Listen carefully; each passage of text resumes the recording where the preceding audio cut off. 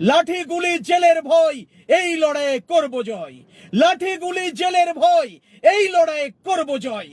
প্রিয় সংগ্রামী সাথী, আপনারা শুনেছেন যে আমাদের সহকর্মী, আমাদের সহযোদ্ধা এবং এসআইআর আন্দোলনের অন্যতম মুখ আইনজীবী মোফাক্কিরুল ইসলামকে সিআইডি গ্রেপ্তার করে নিয়েছে। হয়তোবা এটাও আমরা সন্দেহ পোষণ করছি, ব্যক্তিগতভাবে আমি সন্দেহ পোষণ করছি, হয়তোবা রাজ্য প্রশাসন আমাকেও গ্রেপ্তার করতে পারে। কিন্তু মনে রাখবেন, আমি স্পষ্ট ভাষায় বলতে চাই, এক মোফাক্কিরুল ইসলাম, এক মিজানুর রহমানকে গ্রেপ্তার করে এই এসআইআর আন্দোলনকে দমাতে পারবেন না। কারণ রাজ্য জুড়ে হাজার হাজার মিজানুর রহমান, হাজার হাজার মোফাক্কিরুল ইসলাম তৈরি রয়েছে এই আন্দোলনের নেতৃত্ব দেওয়ার জন্য।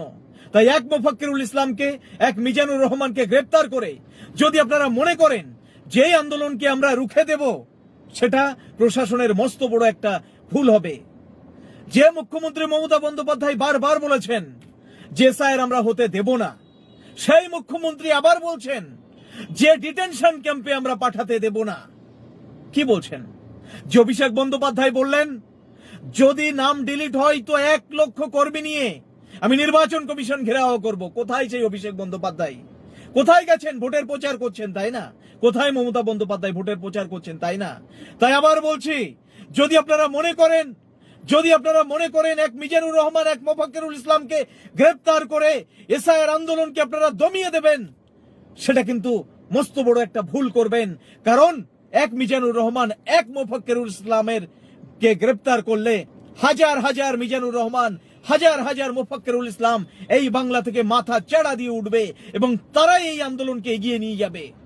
তাই প্রিয় রাজ্যবাসী, প্রিয় সংগ্রামী বন্ধু, আইনজীবী মোফাক্কিরুল ইসলামের মুক্তির দাবিতে এবং এসআইআর আন্দোলনকে আরো সুদূর প্রসারী এগিয়ে নিয়ে যেতে আপনারা দিকে দিকে প্রতিরোধ গড়ে তুলুন, আন্দোলন গড়ে তুলুন। কারণ এই আন্দোলন, এই প্রতিবাদ, এই প্রতিরোধ আমাদের সংবিধান প্রদত্ত অধিকার।